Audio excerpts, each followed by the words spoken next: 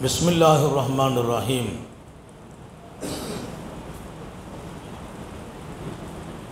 अल्ला अस्अलन्नास शैआ क़ालहु सल्लल्लाहु अलैहि वसल्लम फ़ी वसीयतिही लिअबी दर रज़ियल्लाहु अन्हु। எல்லாம் வல்ல அல்லாஹுவின் அன்பும் மேலான கருணையும் நமக்கெல்லாம் வந்து சேரட்டுமாக. நமது உயிரினும் மேலான கண்மணி ஃபாத்தமுன் நபியின் முஹம்மதுர் ரசூலுல்லாஹி ஸல்லல்லாஹு அலைஹி வஸல்லம் அவர்களின் அன்பையும் ஷஃபாஅத்தையும் பெறுவதற்கு அல்லாஹ் நம் எல்லோருக்கும் தௌஃபீக் செய்வானாக. வல்லாஹ் ரஹ்மான் நமக்கும் நம்முடைய பெற்றோர், மனைவி, மக்கள், குடும்பத்தார் யாவருக்கும் உயிர் உள்ள வரையிலும் உடல் சுகத்தை நசீபாக்கி தருவானாக. மருத்துவமனை கஷ்டம், அதன் சிரமம், செலவுகளிலிருந்து நிரந்தரமான பாதுகாப்பை அல்லாஹ் நம் எல்லோருக்கும் கொடுத்தருள் புரிவானாக. வானம் பூமியினுடைய ஆபத்துகளை விட்டும், முசீபத்துகளை விட்டும், கெட்ட முடிவுகளை விட்டும் நம்மையும் நம் குடும்பத்தையும் பாதுகாத்து அருள் புரிவானாக. அவனுடைய படைப்புகளின் தீங்குகள் அனைத்திலிருந்தும் நம்மையும் நம் சமூகத்தையும் காத்தருள் புரிவானாக. எல்லாம் வல்ல அல்லாஹ் இந்த அகிலத்தினுடைய வெளிச்சமான காலம் எப்போதும் நீடிப்பதற்கு மாநபி ஸல்லல்லாஹு அலைஹி வஸல்லம் அவர்களை இங்கே பேரொளியாக அனுப்பி வைத்தான். சர்க்காரை ஆலம் ஸல்லல்லாஹு அலைஹி வஸல்லம் ஒவ்வொரு தனிமனித வாழ்விலும் ஒளி ஊட்டினார்கள். எங்கோ பேரொளியை சொல்லிவிட்டு விடைபெற்றவர்கள் அல்ல, ஒவ்வொரு தனிமனித வாழ்விலும் ஒளி ஊட்டியவர்கள் உத்தம நபி ஸல்லல்லாஹு அலைஹி வஸல்லம். சங்கை மிக்கவர்களே, இன்னைக்கு நம்ம இங்கே பணி செய்கிற துணை பணியாளர்கள் பிலால் உட்பட மற்ற பணியாளர்களுக்காக ஒரு சின்ன அன்பளிப்பு செய்ய வேண்டும் என்று இங்கே உங்களுக்கு முன்னால் வருவார்கள். தாங்கள் தாராளமாக மனமு வந்து வழங்க வேண்டும் என்று கேட்டுக்கொள்கிறோம். ரமதானுடைய நமது அன்பளிப்புகளில் பள்ளிவாசலினுடைய அந்த சாதா மக்கள் அவர்களுக்காக நம்முடைய உதவி இருக்க வேண்டும் என்ற உயரிய குறிக்கோளில் முன்னால் வாலி வந்தால் மனம் வந்து இந்த பணியாளர்களுக்கு வழங்க வேண்டும் என்று அன்போடு கேட்டுக்கொள்கிறோம். ஒவ்வொரு தனி மனித வாழ்விலும் ஒளி ஊட்டியவர்கள் உத்தம நபி ஸல்லல்லாஹு அலைஹி வஸல்லம். மக்காவிலே பிறக்கிறார்கள். ஒரு காலம் மக்காவின் வாழ்க்கை, இன்னொரு காலம் மதீனாவின் வாழ்க்கை. ஹாத்தமுன் நபியின் ஸல்லல்லாஹு அலைஹி வஸல்லம் உலகத்தில் அவர்கள் நீண்ட தூரங்கள் பயணம் செய்யவில்லை, நீண்ட தூரமெல்லாம் பயணம் இல்லை. வல்லல் நபி ஸல்லல்லாஹு அலைஹி வஸல்லம் எல்லா நாடுகளுக்கும் அவர்கள் பயணமாகவில்லை, ஆயிரக்கணக்கான மேடைகளில் ஏறவில்லை. ஆனால் ஆயிரம் இதயங்கள், பல கோடி இதயங்களில் ஒளிமயமான வாழ்க்கையை கொண்டு சேர்க்கிறார்கள். அதுதான் பெரிய அல்லாஹ்வின் பேரருள். இன்றைக்கும் அண்ணல் எம்பெருமான் ஸல்லல்லாஹு அலைஹி வஸல்லத்தின் வாழ்க்கையை, வழிகாட்டுதலை எடுத்து நடக்கக்கூடிய மக்கள், பல கோடி மக்கள் உலகத்தில் வாழ்கிறார்கள். இங்கே ஒவ்வொரு தனி மனிதனுடைய கண்ணியத்தை பற்றி பேசுகிறான். எந்த காலத்திலும் எந்த சூழலிலும் நம்முடைய கண்ணியத்தை இழக்கக்கூடாது என்றார்கள். நம்ம இமேஜை மட்டும் இழந்துடக்கூடாது. அல்லாஹ் பாதுகாப்பானாக. வாழ்க்கையில் எல்லாம் வரும் போகும், பணம் வரும் போகும், பதவி வரும் போகும், அந்தஸ்து வரும் போகும், சூழ்நிலைகள் மாறிக்கொண்டே இருக்கும். குடும்பத்தில் தான் ஒரு காலம் சந்தோஷமாக இருக்கும், இன்னொரு காலம் சில கஷ்டங்கள் எல்லாம் வரும். ஆனால் நம்ம இமேஜை காப்பாற்றணும், கௌரவத்தை இழக்கக்கூடாது. கௌரவம் என்பது எப்போதும் பாதுகாக்கப்படணும். தன்மானம் என்பது உயிரை விட மேலானது. தன்மானம் என்பது நம்ம உயிரை விட மேலானது. எந்த இடத்திலும் தன்மானத்தை இழந்துடக்கூடாது. அல்லாஹ் நம்ம எல்லாருக்கும் நசீபாக்குவானாக. நம்ம பிள்ளைகளை அப்படி சொல்லி பழக்கங்கள், வளர்த்து விடுங்கள். பிள்ளைகளுக்கும் அதை வளர்த்து அந்த வாழ்க்கையை கொடுங்கள். வாழ்க்கையில் எல்லாம் வரும், சூழ்நிலைகள் மாறும். இன்னைக்கு இருக்கிற காலம் எல்லா காலமாக இருக்காது. ஒரு காலம் செழிப்பா இருக்கும், இன்னொரு காலம் அந்த நிலைகள் மாறும். ஆனால் ஒரு காலம் செழிப்பு, இன்னொரு காலம் நிலை மாறும். இருப்பினும் நம்ம தன்மானத்தை இழந்துடக்கூடாது. கொடுக்கிறவன் அல்லாஹ். நேற்று கொடுத்தான், இன்னைக்கு எடுக்கிறான், நாளை கொடுப்பான். எடுத்தவன் கொடுப்பான், கொடுத்தவன் எடுப்பான். அது அவனுடைய வேலை. நம்ம தன்மானத்தை இழப்பதா? எனவே தன்மானம் இழக்கக்கூடாது என்கிறார்கள் நபிகள் நாயகம். கண்ணியம் இழக்காது என்கிறார்கள். ஒலில்லாஹில் இஸ்ஸத்து ஒலி ரசூலிஹி ஒலில் முஃமினீன். கண்ணியம் அல்லாஹ்வுக்குரியது, ரசூலுக்குரியது. முஃமின்கள் அதை பாதுகாக்க வேண்டும். கண்ணியத்தை மாத்திரம் இழந்துவிடக்கூடாது. இங்கே அபூதருல் கிஃபாரிக்கு செய்த அந்த முத்தான அறிவுரைகளில் 4வது பகுதியிலே வல்லல் நபி ஸல்லல்லாஹு அலைஹி வஸல்லம் சொல்கிறார்கள், அல்லாஹ் அஸ்அலன் நாஸ ஷையா. அபூதர், எப்போதும் யாரிடத்திலும் எதையும் உங்கள் தேவைகளை கேட்டு விடாதீர்கள். எவ்வளவு முத்தான அறிவுரை! கடந்த 3 அறிவுரைகளையும் நீங்கள் எழுதியிருப்பீர்கள் மனதில். ஏதோ கேட்டுட்டு போறதெல்லாம் இல்லை, வாழ்வதற்கான அறிவுரை. நேற்றைய தினம் முடித்த 3வது அறிவுரை வரையிலும் நீங்கள் வாழ வேண்டும். உங்கள் பிள்ளைகளை வாழ பழக்குங்கள். 4வது, எப்போதும் யாரிடத்திலும் எதையும் கேட்காதீர்கள். சாந்த நபிகள் ஸல்லல்லாஹு அலைஹி வஸல்லம் சொல்கிறார்கள், தேவைகளை அல்லாஹ்ட்ட கேளு. தேவைகளை அல்லாஹ்ட்ட தான் கேட்கணும். தேவைகளை கேட்பதற்கு ரப்பை தவிர யாரும் இல்லை.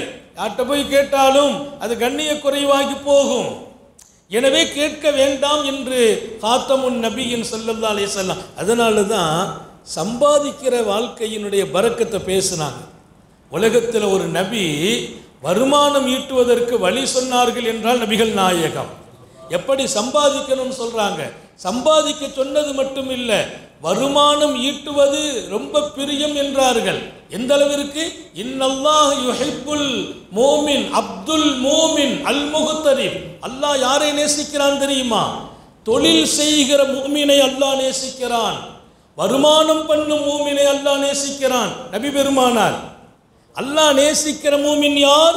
முஹ்தரிப், தொழில் செய்பவர், வருமானம் ஈட்டுபவர். தொழில் சொன்ன சொந்த தொழில் மாத்திரமல்ல, வருமானம். அரசு ஊழியராக இருக்கலாம், சமூக பணியில் இருக்கலாம், ஏதாவது கடைகள் வைக்கலாம். அவரை அல்லாஹ் நேசிக்கிறான். ஏன்? ஹதீஸ், ஒரு அழகான ஹதீஸ் பதிவாகும். மன்தலபத் துன்யா ஹலாலன். உலகத்தை ஒருவர் சம்பாதிக்கிறார், ஹலாலாக சம்பாதிக்கிறார். ஏன் அவர் சம்பாதித்தார்? காரணம், இஸ்திஅஃபாஃபன் அனில் மஸ்அலா. யாரிடத்திலையும் போய் தன் தேவையை கேட்கக்கூடாது என்பதற்காக சம்பாதிக்கிறார். உலகத்தில் வருமானம், ஒரு கடை போடுகிறார், வியாபாரத்தை துவக்குகிறார். அது சின்ன தொழிலோ பெரிய தொழிலோ, யார்கிட்டையும் போய் கேட்கக்கூடாது. அதற்காக அவர் சம்பாதிக்கிறார். பெருமானாருடைய ஹதீஸ் நல்ல ஞாபகம் வையுங்கள். 2வது காரணம், வசாயன் அலா யாலிஹி. அவர் குடும்பத்திற்கு உழைச்சி கொடுக்கணுங்கிறதுக்காக சம்பாதிக்கிறார். நம்ம குடும்பத்தை முன்னேற்றத்தில் கொண்டு வரணும். என் மனைவி நல்லா இருக்கணும், என் பிள்ளை நல்லா இருக்கணும், எதிர்காலம் நல்லா இருக்கணும். எங்கள் தேவையை போய் யார்கிட்ட போய் கேட்கக்கூடாது. அது ரசூலுடைய ஹதீஸ். அது தேவையை கேட்கக்கூடாதுங்கிறது பையத்து. பெருமானார் சஹாபாக்களுடைய கையில் பையத்து கொடுக்குறாங்க. பையத்து கொடுக்கிற போது அல்லாஹ்வை தவிர யாரையும் வணங்க மாட்டேன், இணை வைக்க மாட்டேன், திருட மாட்டேன் அப்படி சொன்ன ரசூல், யார்கிட்டையும் என் தேவையை கேட்க மாட்டேன். அப்ப அந்த வழியை அடைக்கிறாங்க. எந்த வழியை திறக்கிறாங்க? சம்பாதிக்கிற வழியை திறக்கிறாங்க. இப்ப நான் கேட்காம எப்படி வாழ்றது? வருமானம் ஈட்டு. வருமானம் இப்படி இருக்க வேண்டும்.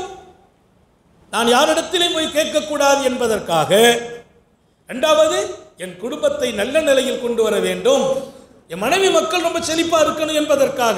3வது, ஒத்தாத்துஃபன் அலா ஜாரிஹி. என்னை சுற்றி இருக்கிறவர்கள், என் நண்பர்கள், என் அண்டை வீட்டார்கள், அவங்களுக்கெல்லாம் ஏதாவது ஹெல்ப் பண்ணணும் அப்படிங்கிறதுக்காக ஒருவர் சம்பாதிப்பாரா? சம்பாதிப்பதற்கு 3 நோக்கத்தை சொல்றாங்க ஸல்லல்லாஹு அலைஹி வஸல்லம். நல்ல கவனியுங்கள். முதல்ல சம்பாத்தியம் ஹலாலா இருக்கணும். அல்லாஹ் எல்லாருக்கும் தௌஃபீக் செய்வானா. உழைக்கணும், எந்த உழைப்பா இருக்கலாம், ஹலாலை மட்டும் கவனியுங்க. ஹலால் இல்லாத உழைப்பு அது எந்த வகையிலும் அனுமதி இல்லை, பரக்கத்தில்லை. அது நம்ம பிள்ளைங்களையும் பாதிக்கும். வருமானம், கடை வைப்பதா இருக்கட்டும், தொழில் வைப்பதா இருக்கட்டும், ஏதா இருக்கட்டும், ஹலால்.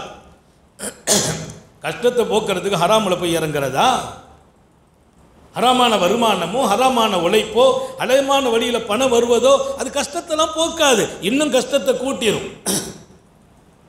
தொழில் செய்யறதுக்காக வேண்டி வட்டிக்கு பணம் வாங்கி தொழில் செய்யறதா அது பரக்கத்தை போக்கிடும்.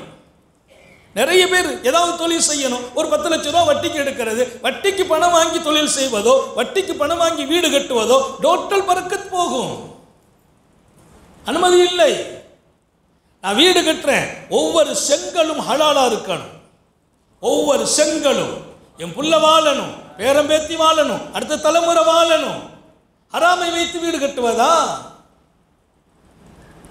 வியாபாரம் துவக்குகிறேன், ஒவ்வொரு பணமும் ஹலால். எங்க கடையில் வந்து பல பேர் சாப்பிட்றாங்க, சூஃபிகள், ஞானிகள், அல்லாவின் நண்பர்கள், நேசர்கள், அவங்கெல்லாம் சாப்பிட வர்ற கடையில் என்னுடைய முதலீடை ஹராமாக்குவதா? எத்தனை பெரிய பாவம் அது.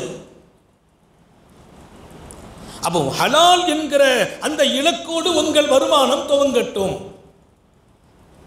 ஏன் வருமானம்? முதல் நோக்கம் யார்ட்டையும் நான் என் தேவையை கேட்கக்கூடாது. பெருமானாருடைய ஹதீஸ், பெருமானார் இஸ்திஃபாஃபன் அனில் மஸ்அலா, யாரிடத்திலும் கையேந்தாமல் இருப்பதற்காக வேண்டி நான் தொழிலை துவக்குகிறேன். அப்படி ஒருவர் வருமானம் பண்ணுகிறார். ரெண்டாவது சயன் அலா இயால், குடும்பத்தை நல்லாக்கணும். என் மனைவி என் பிள்ளைங்க, என் மனைவி என் பிள்ளைங்களை நான் செழிப்பாக வச்சுக்கிறேன். நம்ம சம்பாதிக்கிறது அவங்களுக்காக, அவங்களுக்கே கொடுக்காம சில பேர் சேர்த்து வைக்கிறாங்க. அதில் என்ன பரக்கத்? மனைவிக்கு கொடுக்கறது இல்லை, பிள்ளைங்களுக்கு கொடுக்கறது இல்லை. நல்ல காலங்கள் வருது, அவங்க ஏதாவது ஆசையாக கேட்குறாங்க, கொடுக்கணும். வரம்பு மீறக்கூடாது. பிள்ளைகளுக்கு கொடுக்குறோங்கிற பேரால் வரம்பு மீறாதீர்கள். மனைவிக்கு கொடுக்குறோங்கிற பேரால் அவங்க தவறு செய்திடக்கூடாது. ஆனால் கொடுக்கணும், செழிப்பா கொடுங்க, பரக்கத்தா கொடுங்க. வீட்டு செலவை விசாலமா செய்யுங்கள். வீட்டு செலவில் கணக்கு பார்க்காதீர்கள். நல்லா எடுத்து செய்யணும். மனைவி மக்களுக்கு நல்ல தரமான சாப்பாடை கொடுங்க. அல்லாஹ் கொடுக்கிறது தரமா இருக்கணும், குவாலிட்டியா கொடுக்கணும். மட்டமான பொருள் நம்ம பிள்ளைங்க கடையில் வாங்கி சாப்பிட அனுமதிக்காதீர்கள். குவாலிட்டி என்பது இஸ்லாத்தினுடைய இலக்கு. அது என் புள்ள சாப்பிட்ற ஒவ்வொன்றும் குவாலிட்டியா இருக்கணும். தரம் இல்லாத பொருள் அனுமதி இல்லை, அதை தவிர்த்து விடுங்கள். மட்டமா ஒரு பொருள் இருக்குது 100 ரூபாய், அதே பொருள் 50 ரூபாய், அது மட்டமானது, கம்பெனி இல்லை, அதை சாப்பிட தவிருங்கள். 1000 நோய்களை சந்திக்கணும். அப்போ உண்ணும் உணவும் தரமாக, என் மனைவி மக்கள் நல்லா இருக்கணும் என்று நான் வருமானம் பண்ணணும். மூணாவது தாத்துபனலாஜா, நம்மளை சுற்றி இருக்கிறவங்களுக்கு ஹெல்ப் பண்ணணும். அதுவும் நோக்கம். சில பேர் தான் மட்டும்தான் அப்படின்லாம் இல்லை, நம்ம சுற்றி இருக்கிறவங்களுக்கு ஹெல்ப் பண்ணணும். நம்மளால் என்ன முடியும்? எல்லாம் கொடுக்கணும் தேவையில்லை. பக்கத்தில் கஷ்டப்படுறாங்க, ஏதாவது நம்ம நாடி ஒருத்தர் வந்தால் ஏதாவது அவர்களுக்கும் கொடுக்கணும். என் வருமானத்தில் நான் மாத்திரம் வாழ்வதல்ல, என்னை சார்ந்து இருக்கிறவங்க, அக்கம் பக்கத்தில் உள்ளவங்க, ஏழைபாளைகள், அவங்களுக்கு ஹெல்ப் நடக்கணும். சொல்கிறார்கள் நபிகள் நாயகம் ஸல்லல்லாஹு அலைஹி வஸல்லம். என்ன நடக்கும்? நாங்கள் அந்த ஹதீஸை பார்த்தா எல்லாருக்கும் ஆசை வரும். நம்ம உலகத்தில் இருந்து யாருக்கும் சுமையாலாம் இருக்கக்கூடாது. பெருமானார் ஸல்லல்லாஹு அலைஹி வஸல்லத்திட்ட வந்து சொல்லப்பட்டுச்சு, அவர் வருமானம் பண்ணுறார், இவர் அவர் வருமானத்தில் வாழ்கிறார், ஆனால் இவர் நிறைய இபாதத்து செய்கிறார். கண்மணி ஸல்லல்லாஹு அலைஹி வஸல்லம் ஒரு கட்டத்தில் எப்படி சொன்னாங்களா, உன்னை விட வருமானம் பண்ணி யார் வருமானத்தில் நீ சாப்பிட்டு வாழ்கிறாயோ வணங்குகிறாயோ அவரே சிறந்தவர். அவர் சிறந்தவர். நான் வணங்குகிறேன், அவர் உழைக்கிறார், அவர் உழைப்பில் நான் வாழுகிறேன், உன்னை விட அவர் சிறந்தவர். ஏன்? உனக்கும் சாப்பாடு போடுறார் இல்லையா? உனக்கும் சாப்பாடு போடுறார். நான் இளைஞர்களுக்கு சொல்லுகிறேன், உழைப்பில் வாழுங்கள், பிறர் உழைப்பில் வாழக்கூடாது. நம்ம உழைப்பில் பல பேர் வாழணும். யார் உழைப்பிலும் நான் வாழக்கூடாது, யாரையும் எதிர்பார்க்க கூடாது. அண்ணன் என்ன தம்பி என்ன, ஒருவரிடத்திலும் எதிர்பார்ப்பு வைக்காதீர்கள். பாசம் நீடிக்க வேண்டும், உறவு நீடிக்க வேண்டும். எதிர்பார்ப்பு இல்லாவிட்டால் நீடிக்கும். எதிர்பார்ப்பு இருக்குமா, கொஞ்சம் கொஞ்சமா நம்மளை விட்டு அவங்க கட் பண்ணிடுவாங்க. அண்ணன் ஏதாவது நீங்க எதிர்பார்த்தீங்கன்னா உங்க அண்ணன் உங்க உறவை கட் பண்ணிடுவார். இதுதான் உலகம். நம்ம கையில இருக்கணும். இருக்கிற வரைக்கும் நம்மோடு மக்கள். நல்ல ஞாபகம் வையுங்கள், இருக்கிற வரைக்கும் நம்மோடு மக்கள். எல்லாரும் நம்ம வீட்டுக்கு வருவாங்க, எல்லாரும் போவாங்க, எல்லாரும் கண்ணியப்படுத்துவாங்க. நம்ம கொஞ்சம் கையில் ஒன்றும் இல்லாமல் ஆயிட்டோமா அவ்வளோதான். சுஃபியானு சௌரி பெரிய சூஃபி, பெரிய ஞானி, அவர் சொல்லுவாங்க, பணம் என்பது முக்கியம், பணத்தை கொஞ்சம் சேமிச்சு வைங்கப்பா, பாதுகாப்பா வைங்க, இல்லைன்னா உங்களை கை துண்டு போல் மக்கள் கசக்கி விடுவார்கள், கை துண்டாக ஆக்குவாங்க. கைத்துண்டை வச்சு இப்படி ஒரு கசக்கிற மாதிரி உங்க மதிப்பு போகும், மரியாதை போகும். நம்ம வீட்டில் வந்து அதை நல்லா இருக்கலாம் விசாரிச்சவங்க எல்லாம் இப்போ வரமாட்டாங்க. ஏன்? நம்மள்ட்ட ஒன்றும் இல்லை. மௌத்தாகும் போது பணத்தையும் சொத்தையும் வைத்து விடைபெறும் மனிதனே சிறந்தவன் என்றார்கள் நபிகள் நாயகம். சும்மா போகக்கூடாது, என் பிள்ளைகளுக்கு சொத்து வச்சுட்டு போகணும், நான் சிறந்தவன். ஹதீஸ் புகாரி ஷரீஃப்ல பதிவாகுது. ஒரு மிகச்சிறந்த வாழ்க்கை நபிகள் நாயகம் ஸல்லல்லாஹு அலைஹி வஸல்லம் கற்றுக் கொடுத்த வாழ்க்கை. என் தன்மானம் என்பது காப்பாற்றப்பட வேண்டும், யார்ட்டையும் கையேந்த கூடாது. அப்படி ஒரு நோக்கத்தில் சம்பாதிக்கிறாரா, அவர் அல்லாவை சந்திப்பார். கல் கமரி லைலத்தல் பத்ர், அவர் அல்லாவை சந்திக்கும் நாள் அவர் முகமும் 14ஆம் ராத்திரி சந்திரனை போல் பிரகாசமாக இருக்கும். அல்லாஹ் எல்லாருக்கும் தௌபி செய்வானா. சந்திரனை போல பிரகாசம் என்பதே உயர்வு. 14ஆம் ராத்திரியின் சந்திரன், 14ஆம் இரவு முழு சந்திரன் இருக்கும். 14ஆம் இரவு பௌர்ணமி, புல் வெளிச்சம். அதுபோல் இந்த முகம் இருக்கும். எந்த முகம்? உழைப்பாளியின் முகம். ஏன்? அல்லாஹ் அவரை நேசிக்கிறார். உயரிய குறிக்கோளோடு நான் வாழ வேண்டும். வாழ்க்கை என்பது அல்லாஹ் கொடுத்தது, ரசூல் கொடுத்தது. அல்லாஹ்வுக்கு நன்றியோடு ரசூலுக்கு முஹப்பத்தை காட்டி வாழணும். இந்த வாழ்க்கையில் நான் தன்னிறைவு பெறுவதற்கு நம்ம சம்பாதிச்சு வாழ, நம்ம உழைச்சு வாழணும். இந்த வாழ்க்கையை கற்றுக் கொடுத்துட்டு தான் பெருமானார் பையத்தில் கேட்குறாங்க, அல்லாஹ்வை வணங்குவேன், அல்லாஹ்வுக்கு இணை வைக்க மாட்டேன், திருட மாட்டேன், விபச்சாரம் செய்ய மாட்டேன், கொலை செய்ய மாட்டேன், யாருக்கும் தீங்கு செய்ய மாட்டேன் கையை பிடிச்சி பையத்தை வாங்கிட்டு யாரிடத்திலும் என் தேவையை கேட்க மாட்டேன் என்று பையத்து வாங்குறான். அப்போ தீன் என்பது தொழுகை, ஷிர்க் இல்லை, திருட்டு இல்லை, கொலை இல்லை, யாருக்கும் தீங்கு செய்ய மாட்டேன் என்கிற பையத்தை பெறுகிற அந்த ஈமான், யார்ட்டையும் எதையும் கேட்க மாட்டேன் என்பதும் அதில் சேருகிறது ரசூலுடைய பையத்தில். பெருமானார் இடத்துல ஒருத்தர் வந்து கேட்டார், கொடுத்தாங்க. ரெண்டாவது வந்து கேட்டார், கொடுத்தாங்க. மூணாவதும் கேட்டார், கொடுக்குறாங்க. ஹதீஸ் புகாரி ஷரீஃப்ல வருது. நான் சொல்றதெல்லாம் சஹியான ஹதீஸ். மூணாவது கேட்டாங்க, வாப்பாண்ணா உட்கார். அவர் பேர் ஹக்கீம்.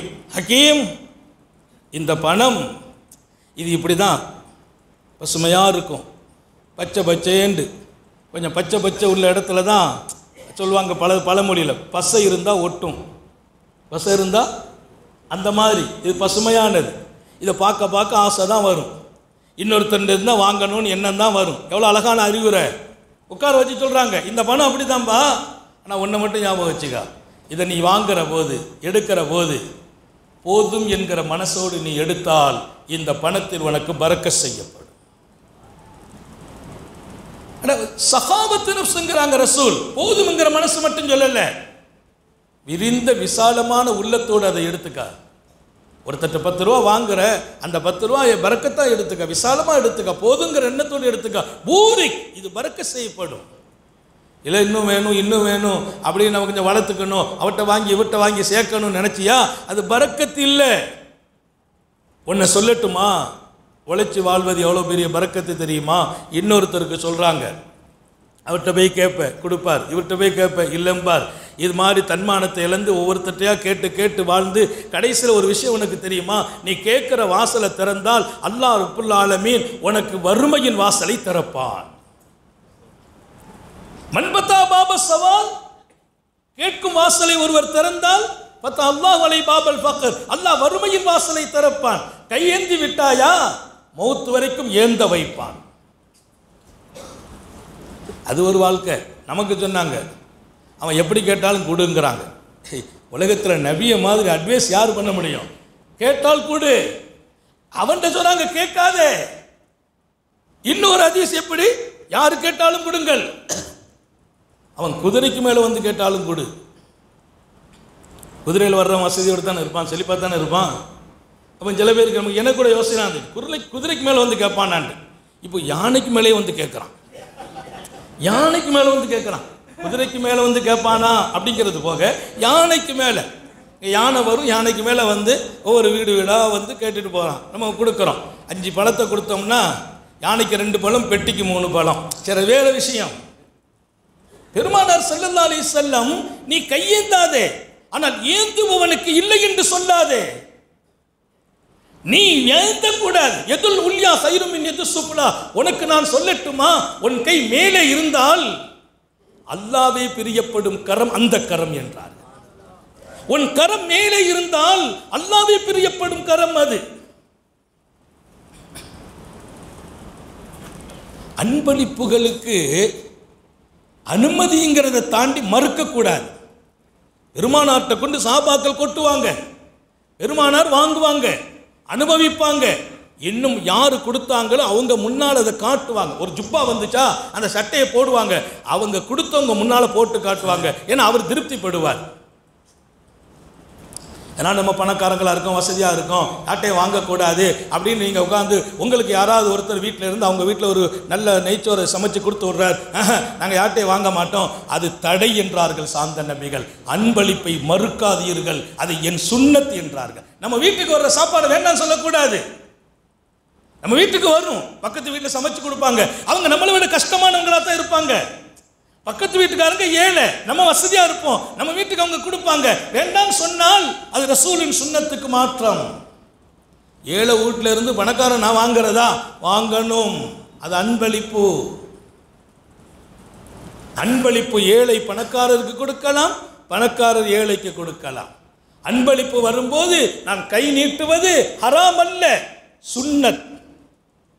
ஞாபகம் வையுங்கள், எல்லாம் பாடம். ஆனால் அன்பளிப்பினுடைய இன்னொரு கண்டிஷன், கொடுத்த அன்பளிப்பை சொல்லி காட்டக்கூடாது. கொடுத்த அன்பளிப்பை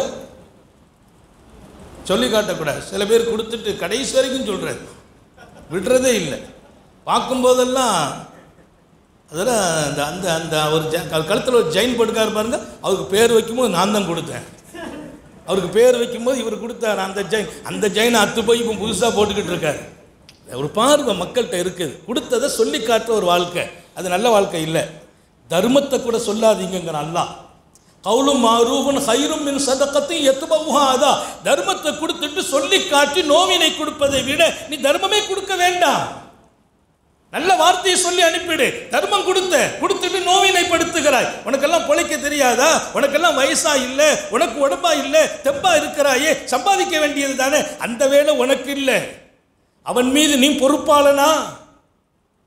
அவன் வாங்குறான், நீ கொடுத்துரு. ஆனால் நீங்கள் வாங்காதீர்கள். யாசகம். எப்பா ஹக்கீம், இந்த பணத்தை அடிக்கடி வந்து கேட்காதப்பா, நீ கேட்ட நான் தர்றேன், 2வது கேட்ட தந்தேன். ஆனால் ஞாபகம் வச்சுக்கா, இது எப்போவுமே பார்த்து பார்த்து கேட்க கேட்க ஆசை வந்துக்கிட்டே தான் இருக்கும். போதுங்கிற மனசோடு வாங்கினால் பறக்க செய்யப்படும். நான் சொல்லட்டுமா, இதை வாங்கி கை நீட்டினால் வறுமையின் வாசல் என்று இன்னொருத்தருக்கு சொன்ன ரசூல், கியாமத்து நாளில் அவர் வரும்போது முகத்தில் கருப்பு புள்ளி இருக்கும் என்றார்கள். இன்னொரு இடத்துல முகத்தில் சதை இருக்காது என்கிறார்.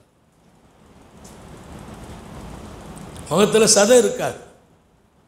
அப்போ வாங்குற வாழ்க்கை என்பது, அதிலிருந்து அல்லாஹ் நம்மளை பாதுகாக்கணுங்கிறதுக்காக யாரிடத்திலும் எதையும் கேட்கக்கூடாது. சஹாபாக்கள் எதையுமே கேட்கல, பொருளை மட்டும் இல்லை, எந்த ஒரு தேவையை கூட கேட்கறது இல்லை. அதை எடுத்துட்டாங்கன்னா கேட்க மாட்டாங்களாம். சுப்ஹானல்லாஹ். அதெல்லாம் அந்த பையத், அது நபிகிட்ட நாங்கள் வாங்கின பையத், ஒப்பந்தம். ஒருத்தர் ரசூல்கிட்ட வந்து கேட்டார், சொன்னாங்க, இங்கே வாப்பா, காசு இருக்கா, வீட்டில் என்ன இருக்குது? அந்த நிகழ்ச்சி முன்பின் அறிவிப்புல சில பேர் அது சகியான நிகழ்ச்சி இல்லைங்கிறாங்க. ஆனால் இங்கே அந்த பாடம் ஒரு பெரிய பாடம். உங்கள் வீட்டில் என்னப்பா இருக்குது? எங்கள் வீட்டில் ஒரு போர்வை இருக்குது, கோப்பை இருக்குது, சாப்பிட்றதுக்கு கோப்பை, படுக்கிறதுக்கு போர்வை, 2யும் எடுத்துகிட்டு வாண்டாங்க. அவர் கையேந்தினார், கஷ்டப்படுறார். வாப்பா தூக்கிட்டு வா. அந்த கோப்பையும் அந்த போர்வையும் தூக்கி ஏழை விடுறாங்க ரசூல். யார் வாங்குறீங்க இதை? அந்த ஒன்று தான் வீட்டில் இருக்குது, கோப்பையும் போர்வையும் தான். ஏழை விட்டாங்க. ஒருத்தர் நான் 1 திருகத்துக்கு வாங்குறேன், 1 திருகம் நாங்கள் ரசூல். வேறு யாராவது கூட வாங்குறீங்களா? இன்னொருத்தர் 2 திருகம்னாங்க. உடனே அதை அவருக்கு கொடுத்துட்டு 2 திருகத்தை வாங்கி என்ன பார்ப்போ, இதை கொண்டாந்து 1 திருகத்துக்கு உங்கள் வீட்டுக்கு காசு பணத்துக்கு சம்பாதிக்கு பணம் சாப்பாடுலாம் ரெடி பண்ணு, உங்கள் வீட்டுக்கு 1 திருகத்துக்கு சாப்பாடு ரெடி பண்ணி கொடு. இன்னொரு திருகத்துக்கு ஒரு கோடாரி வாங்கி ரசூல் ஸல்லல்லாஹு அலைஹி வஸல்லம் மட்டையை வச்சு கட்டையை வச்சு அடித்து கையில் கொடுத்து விட்டான். போ, கொஞ்ச நாளைக்கு இந்த ஊரில் நிற்காது, எங்கேயாவது போ. அப்படி ஒரு நிகழ்ச்சி நான் பார்த்தேன். சாலிஹீன்கள் எழுதுறாங்க. வரலாறு என்பது அது சஹி என்கிற இடத்தில் கொஞ்சம் முன்பின் இருக்கலாம். ஆனால் அந்த வரலாறு 1000 பாடம். கொஞ்ச நாளைக்கு கண்ணில் படாத, இந்த ஊரில் நிற்காதப்பா, போ. என்ன செய்யணும்? எங்கேயாவது விறகு வெட்டி கிராமங்களில் போய் அதை விற்று பொழைச்சி கொஞ்சம் காசை சம்பாதிச்சுக்கா. ஒரு 15 நாள் கழிச்சு அவர் வந்தார். யார சொல்லலாம், விறகு வெட்டினேன், உழைச்சிட்டேன், சம்பாதிச்சேன், அங்கே போனேன், இப்போ கை நிறைய காசு கொண்டிருக்கேன்னார். அல்ஹம்துலில்லாஹ். சொன்னாங்க, இது எவ்வளோ கண்ணியமான வாழ்க்கைப்பா. நீ உழைக்கிற, கை வலி தான், மேலே போகணும், மரத்தில் மேலே ஏறணும், விறகு வெட்டணும், அதை தெருவாக கொண்டு விற்கணும், எவ்வளோ கஷ்டம்தான் அது. ஆனால் இன்றைக்கு கண்ணியமாக நீ இருக்கிறாயே, உன் கை நிறைய காசு இருக்கிறதே, நீ நினைத்தால் ஒருத்தருக்கு கொடுக்கலாமே. அவர் மகிழ்ச்சி அடைகிறார். யாசிக்கிறவர்களுக்கு யாசகம் கொடுக்கிற வாழ்க்கையை கற்றுக் கொடுத்தார்கள் கண்மணி நாயகம் ஸல்லல்லாஹு அலைஹி வஸல்லம். உழைக்கிற வாழ்க்கையை கற்றுத் தருகிறார்கள். அதான் கண்ணியம். அதனால எப்பவும் யார்ட்டையாவது போய் நான் ரொம்ப கஷ்டப்படுறேங்க, முடியலைங்க என்னால், அப்படியெல்லாம் சொல்றத தவிர்த்து விடுவோம். யார்ட்டையுமெல்லாம் சொல்லக்கூடாது. ரொம்ப கஷ்டமா இருக்கு, இப்போ நம்ம நிலைமையெல்லாம் ரொம்ப இதாக இருக்குது. எதிர்பார்ப்புடைய உள்ளத்தோடு பேசாதீர்கள். எதிர்பார்ப்புங்கிறது கேட்கறது மட்டும் இல்லை, எதிர்பார்ப்புடைய பேச்சே பேசாதீர்கள். நம்ம நிலைமை கொஞ்சம் மோசமாக இருக்குது. பிள்ளைங்கெல்லாம் பயிராக ஆகிட்டு இருக்கிறாங்க, கல்யாணம் முடிக்கணும், என்ன செய்ய போகிறேன்னு தெரியல. ஏன் பேசுகிறீர்கள்? அது உங்கள் இமேஜை குறைக்கும், உங்கள் கண்ணியத்தை குறைக்கும். அல்லாஹ்ட்ட பேசுங்கள், அவன் கொடுப்பான். சாலிஹீன்கள்ட்ட போய் துஆ செய்ய சொல்லுங்கள், அந்த துஆ உங்கள் வாழ்க்கையை மாற்றும். பெரியார்கிட்ட சொல்லலாம், கஷ்டப்படுறேன் துஆ செய்யுங்க, அது துஆவுக்காக. அதுவும் அவங்கள்ட்ட போய் எதிர்பார்ப்பு இருக்கக்கூடாது. ஹக்கீம் ரலியல்லாஹு தஆலா அன்ஹு பெருமானாருடைய அட்வைஸை வாங்கிட்டு போயிட்டார். இல்லை, சஹாபாக்கள் இதயத்தில் சுமந்தாங்க. செய்தனா ஹக்கீம் ரலியல்லாஹு அன்ஹுடைய வாழ்க்கை வருது. அவங்க கேட்க மாட்டேன் நாயகமே, இனி தங்களுக்கு பின்னால் என் ஹயாத்தில் யார்ட்டையும் கேட்க மாட்டேன்னு சொல்லிட்டு போயிட்டாங்க. அவ்வளவுதான். போனவங்க கடைசி வரைக்கும் யார்ட்டையும் கேட்கலங்கிறது மட்டும் இல்லை, அபூபக்கர் சித்திக்குடைய காலத்தில் அன்பளிப்பு வருது, வாங்கலாம், கூப்பிட விட்டாங்க. இங்கே வாங்க, ஹக்கீம் கஷ்டப்படுறாருன்னு கூப்பிட விட்டாங்க. நான் வரமாட்டேன்ட்டாங்க. வந்து வாங்கிங்க. இல்லை இல்லை, நான் பெருமானார் இடத்தில் வாக்கு கொடுத்திருக்கிறேன், என் மௌத் வரைக்கும் யாரிடத்திலும் வாங்க மாட்டேன், கேட்க மாட்டேன். மாத்திரம் அல்ல, என் பிள்ளைகளுக்கும் அந்த வாக்குறுதியை கொடுத்திருக்கிறேன். பெருமானார் ஸல்லல்லாஹு அலைஹி வஸல்லம் அட்வைஸ் பண்ணாங்க பாருங்க. 1க்கு 2 தடவை 3 தடவை கேட்ட போது கொடுத்த அந்த அட்வைஸ் அவருக்கு நாங்கள் பார்த்தோம். உமர் இப்னு கத்தாப் கூப்பிட விட்டார்கள், அப்போது வாங்க மாட்டேன் என்றார். அபூபக்கர் சித்திக்கிடத்தில் வாங்க மாட்டேன் என்றார். அவர் மௌத் வரைக்கும் வாங்கல்ல. மௌத்தாகும் போது யாரிடத்திலும் யாசிக்காமல் மரணித்தார். அல்லாஹ் நம்ம எல்லாருக்கும் தௌஃபீக் செய்வாங்க. ஒரு பெண்ணும் பெரிய வாழ்க்கை. நபிமார்கள் முன்மாதிரி. நபிகள் நாயகம் ஸல்லல்லாஹு அலைஹி வஸல்லம் சொல்வார்கள், நபிமார்கள் இப்ராஹிம் கலீலுல்லாஹ், அல்லாஹ் அவர்களை பெரிய நபியாக அனுப்பினான், பட்டு வியாபாரியாக அனுப்பினான். இப்ராஹிம் நபி பட்டு வியாபாரி. பட்டு துணிகளை அப்படியே கொண்டு போய் அவங்க வாழ்க்கையில் பெரிய வியாபார வர்த்தகம், அது ஜொலிக்கும். அதில் அவங்க வாழ்க்கை விசேஷமான வாழ்க்கை. வசதியாக வாழ்ந்தாங்க. எப்பவும் விருந்தாளிகளோடு தான் சாப்பிடுவாங்க. விருந்தாளி இல்லாமல் சாப்பிட்றது இல்லை. எப்போ சாப்பிட்டாலும் ஒரு விருந்தாளி. 5 பேர் 10 பேர். இப்ராஹிம் நபிக்கு பேர் அபுல்தை, விருந்து ஓம்பலின் தந்தை. தனியாக சாப்பிட்றதுலாம் இல்லை, வீட்டில் சாப்பிடுவாங்க. யாராவது 2 பேர் கூப்பிட்டு வருவாங்க. அடிக்கடி விருந்தாளிகள் வருவாங்க. விருந்தாளியே வரலையா, போய் ரோட்டில் நின்று 2 விருந்தாளியை கூப்பிட்டு கூட உட்கார வச்சு சாப்பிடுவாங்க. சொந்த வியாபாரம், பட்டு வியாபாரம். ஹஜ்ரத் தாவூத் அலைஹிஸ்ஸலாம் இரும்பு தொழில் செய்தாங்க. இரும்பு தொழில். தாவூத் அலைஹிஸ்ஸலாம் அவர்களை அல்லாஹ் இரும்பை உருக்குவாங்க, அப்படி கையில் வச்சு இரும்பை விளையாடுவாங்க. இரும்பு அவர்களுக்கு களிமண்ணாகவே மாறியது. சுபஹானல்லாஹ். அப்படி வளைச்சிருவாங்க. இரும்புல என்னமெல்லாம் செய்ய முடியும். உருக்கு சட்டையை உலகத்தில் முதல்ல செய்து கொடுத்தது ஹஜ்ரத் தாவூத் அலைஹிஸ்ஸலாம். உருக்கு சட்டை, போரில் தன்னை காப்பாற்றிக் கொள்கிற அந்த அருமையான ஆடை இரும்பு சட்டையை ஹஜ்ரத் தாவூத் நபி உருவாக்கி தருகிறார்கள். தொழில் வளமிக்க ஒரு பெரிய பொருளாதாரம் அது. இரும்பு வியாபாரம் நபிமார்களுடைய வியாபாரமா போச்சு. அந்த இரும்பை என்ன செய்ய முடியும், எப்படியெல்லாம் அதுல பணி. ஹஜ்ரத் தாவூத் அலைஹிஸ்ஸலாம். ஹஜ்ரத் நூஹ் அலைஹிஸ்ஸலாம். நூஹ் அலைஹிஸ்ஸலாம் மர வேலை இருக்கு பாருங்க. மரங்களை சரி பண்ணி வெட்டி அதை கரெக்டாக கட்டைகளாக செய்து அந்த ஆசாரிகள், அந்த வேலை. ஹஜ்ரத் நூஹ் அலைஹிஸ்ஸலாம் அவர்களுக்கு மர தொழிலில் மிகச்சிறந்த இடம். அல்லாஹ் தன்னுடைய நபிமார்கள் எல்லாம் அனுப்பி வச்சு அவங்களுக்கு ஏதாவது வழியை கொடுக்கலாம், வானத்திலிருந்து ரிஸ்கை இறக்கலாம். அதை செய்யல அல்லாஹ். அவங்களை தொழிலாளியாக ஆக்கினான், உழைப்பாளிகளாக ஆக்கினான், முதலாளிகளாக ஆக்கினான். அவர்கள் மற்றவர்களுக்கு தொழிலை கற்றுக் கொடுக்கிற வாழ்க்கையை கொடுத்தாங்க. ஒரு நபி தீனை கற்றுக் கொடுப்பதை போல் தொழிலையும் கற்றுக் கொடுக்கிறார்கள். நூஹ் அலைஹிஸ்ஸலாத்துடைய வேலை மரங்களை எப்படி பார்க்கணும். இன்னைக்கெல்லாம் மரப்பணிகள், மர வேலை இருக்கு பாருங்க, ரொம்ப அழகா இருக்கும். ஒரு வீட்டில் மரம் செருக்குகள் கொண்டு கட்டப்பட்ட வீடுகள். நம்ம ஊர்களில் பழைய காலத்து வீடெல்லாம் நீங்க பார்த்தீங்கன்னா உள்ள போனா ஏசிலாம் இல்லை, குழு குழுன்னு இருக்கும், ஃபுல்லாக மரம்.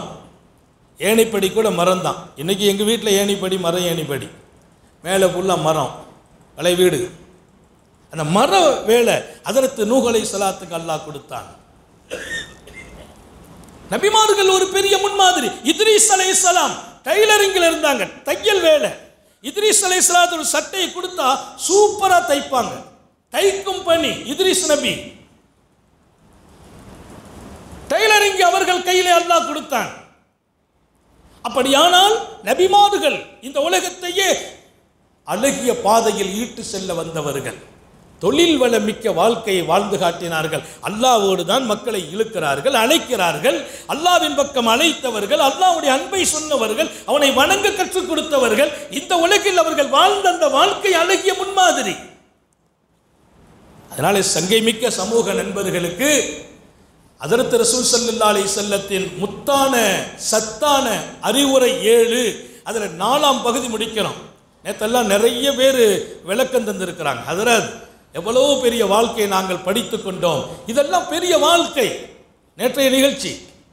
இன்றைக்கு 4ஆம் பகுதி, என் தன்மானத்தை நான் இழக்கக்கூடாது என்று பெருமானார் அறிவுரை கேட்டார்கள், சொன்னார்கள். எந்த இடத்திலும் கண்ணியம் இழந்து விடாதே.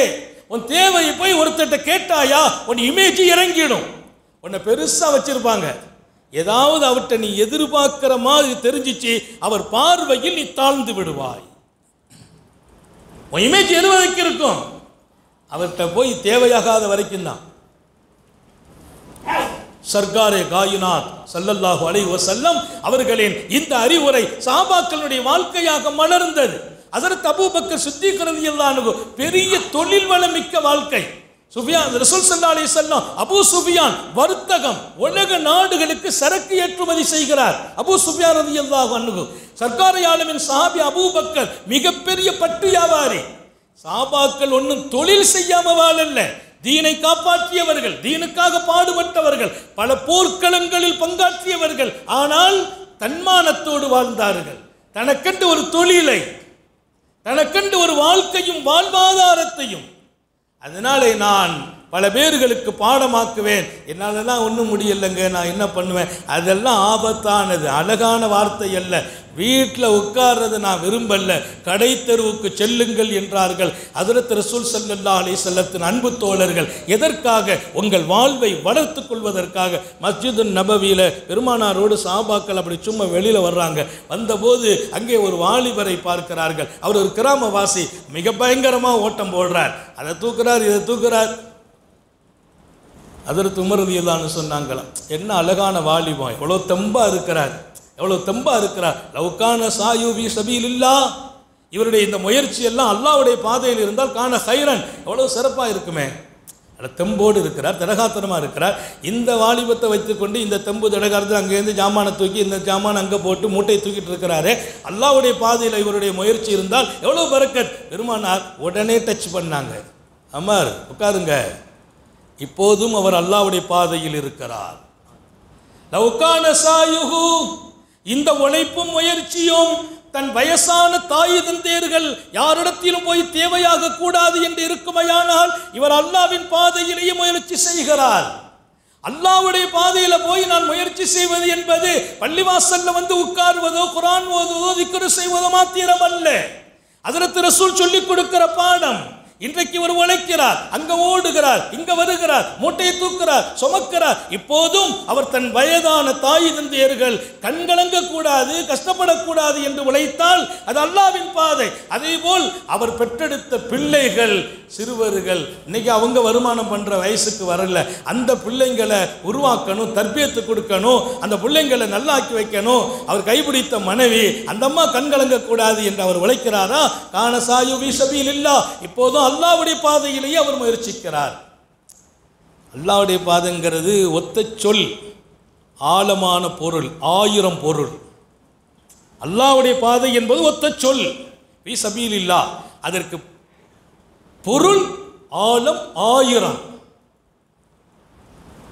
அவர் ரோட்டில் வந்து ஒருத்தர் உழைச்சி கடையில் போட்டு தெரு தெருவா வியாபாரத்தை தூக்கிட்டு அலைகிறவர், அவர் அல்லாஹ் மறந்துட்டு அலைகிறாரு, ரசூலை மறந்துட்டு அலைகிறாரு அப்படிலாம் சொல்லக்கூடாது. அவர் தலையில் தூக்கிட்டு அலைகிறாரு. அந்த பக்கமாக ஒரு பள்ளிவாசலில் பாங்கு சொன்னால் அந்த சரக்கை கொண்டு அங்கே வச்சுட்டு அங்கே போய் தொழுகிறார். இங்கே வந்து பாருங்கள், அசர் நேரத்தில் நிறைய பேர் அங்கே மூட்டை கிட்டையெல்லாம் அப்படியே வச்சுட்டு இங்கே தொலை ஓடி வந்துடுவாங்க. தொழுது முடிச்சுட்டு இங்கே அதை தூக்கிட்டு ஓடுறாங்க. அவர் அல்லாஹ்வுடைய பாதையிலேயே ஓடுகிறார். வந்ததும் அல்லாஹ்வுடைய பாதை, போகிறதும் அல்லாஹ்வுடைய பாதை. பொருள் விளங்க வேண்டும். அப்ப நபி பெருமானார் ஸல்லல்லாஹு அலைஹி வஸல்லம், ஹஜ்ரத் அபூபக்கர், ஹஜ்ரத் உமர், முத்தான சஹாபிகள், அவங்க தான் சொல்றாங்க, வாலிப அழகா இருக்கு, தெம்பா இருக்கிறாரு, இவர் எங்கோ வந்து தீனுக்காக உழைக்கலாமே. அப்ப அங்க வாப்பா, இப்பவும் அவர் தீனுக்காகத்தான் பாடுபடுகிறார். அவர் மனைவி நல்லா இருக்க நினைக்கிறார் இல்லையா, அவங்க பிள்ளைங்களை தர்பியத்துப்படுத்தணும்னு நினைக்கிறார், அவங்க தாய் தப்ப வயசாயிட்டாங்க, அவங்கள தூக்கி சுமக்க நினைக்கிறார். இப்போது அவர் அல்லாஹ்வுடைய பாதை. எனவே உங்களுடைய பார்வை விரியட்டும், விசாலமாகட்டும். ஒரு வாழ்க்கை ரொம்ப முக்கியம். பெருமானார் பையத்து வாங்கிய வாழ்க்கை. நான் யாரிடத்திலும் எதையும் எப்போதும் கேட்க மாட்டேன்.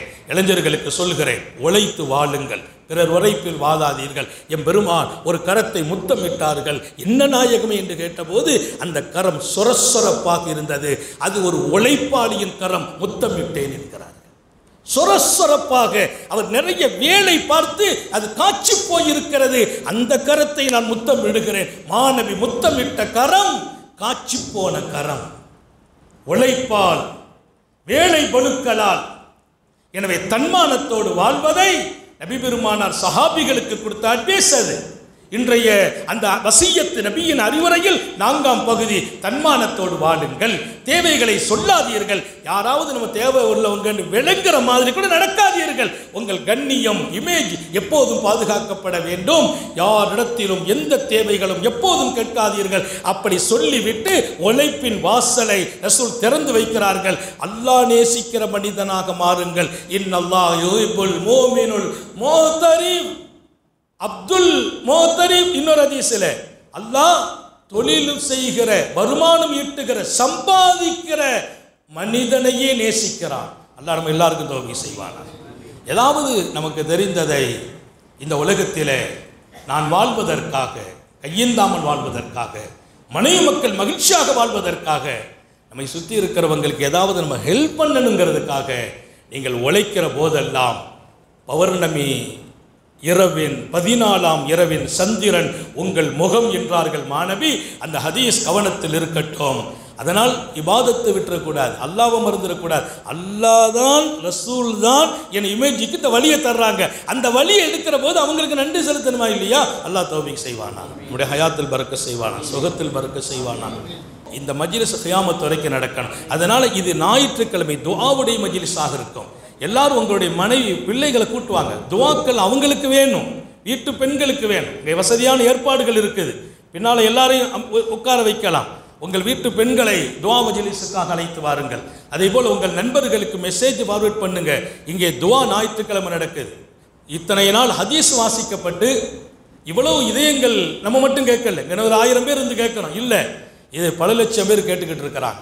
அடுத்த நிமிஷம் பல வழியிலும் இந்த மக்கள் கேட்டுக்கிட்டு இருக்காங்க. எத்தனையோ மக்கள் இதை கொண்டு பயனடைகிறார்கள். அப்படி ஒரு உயிரோட்டமான மஜ்லிஸ் இன்ஷா அல்லாஹ் ஞாயிற்றுக்கிழமை. இதன் பலன்தான் துஆ.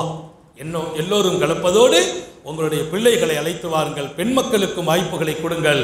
எல்லாம் அல்ல அல்லாஹ் இந்த மஜ்லிஸ் கியாமத் வரைக்கும் நடக்க செய்வானா, அவன் பொருந்தி கொள்வானாக. அவனுக்காகவே என்ற உயர்ந்த நோக்கம் எங்கும் மாசுபடாமல் பாதுகாப்பானாக. நீண்ட நெடிய நாட்கள் நோய் நொடிகள் இல்லாமல் உடல் ஆரோக்கியத்தோடு மன நிறைவோடு இன்பத்தோடு அல்லாஹுவை நின்று வணங்கி வழிபட்டு வாடும் நசீபையும் பாக்கியத்தையும் எல்லாம் அல்ல அல்லாஹ் உங்களுக்கும் எனக்கும் நம்மை ஈன்றெடுத்த தாய் தந்தையர்களுக்கும் நமது மனைவி மக்கள் உற்றார் உறவினர் யாவருக்கும் கொடுத்த அருள் புரிவானாக. நமது உயிரினும் மேலான கண்மணி காத்தமுன் நபியின் சர்க்காரை ஆலம் சுந்தர நபிகள் ஸல்லல்லாஹு அலைஹி வஸல்லம் அவர்களை கனவிலும் நனவிலும் கண்டுகளிக்கும் பெரும் பாக்கியத்தை அல்லாஹ் நம் எல்லோருக்கும் கொடுத்த அருள் புரிவானாக. நம்ம பிள்ளைங்களையும் பக்குவப்படுத்துங்க. நம்ம பிள்ளைங்களை கூட்டு வர வைக்கணும். பள்ளிக்கூடம் போகிறாங்க, காலேஜ் போகிறாங்க, அவங்கள அப்படி வாங்கணும். ஒரு ஞாயிற்றுக்கிழமை கூட்டுவாங்க, சனிக்கிழமை கூட்டுவாங்க. இந்த மாதிரி மஜ்லிஸ் அவங்க கேட்டு கேட்டு மாறணும். நான் ரொம்ப சந்தோஷப்பட நிறைய இளைஞர்கள் இங்கே எங்கள் வீட்டு பிள்ளைகள் உங்களை எல்லாம் நான் மகிழ்ச்சியாக நம்ம ஊர் ஒவ்வொரு பையங்களையும் பார்த்தா சந்தோஷப்படுறோம். நம்ம பிள்ளைங்க இப்படிப்பட்ட மஜ்லிஸை கேட்டு அவங்க லைஃப் தான் நாளைக்கு இந்த சமூகத்தில் வெளிச்சமாகணும். நாம் உருவாகிறது மாத்திரமல்ல, என் பிள்ளைகளை உருவாக்கணும். இன்னைக்கு இந்த மஜ்லிஸை உருவாக்கின பெரியவங்க அல்லாமா ஆரணி வாப்பா அவங்க மகனார் ஹபீபுர் ரஹ்மான் இங்கே கொடுத்துட்டு போயிருக்காங்க. இருக்கிறார் ஹபீபுர் ரஹ்மான், அவர் அரசு ஊழியராக இருந்தவர். இன்னைக்கு இந்த மஜ்லிஸ் அவங்க தாப்பனாருக்கு பின்னால் அவர் ஒப்படைக்கிறார். இது மஜ்லிஸில் பொறுப்பு நிறைய பேர் இருக்கிறோம், அவருடைய மகன். அப்படி நாம நம்ம பிள்ளைகளை இதில் கொண்டு வரணும். நம்ம மக்கள் இங்கே வரணும், நம்ம பையங்க இங்கே வரணும். அல்லாஹ் எல்லாருக்கும் தௌஃபீக் செய்வானா. வாஹிரு தஅவானா அனில் ஹம்துலில்லாஹி ரப்பில் ஆலமீன். அஸ்ஸலாமு அலைக்கும் வரஹ்மத்துல்லாஹி வபரகாத்துஹு.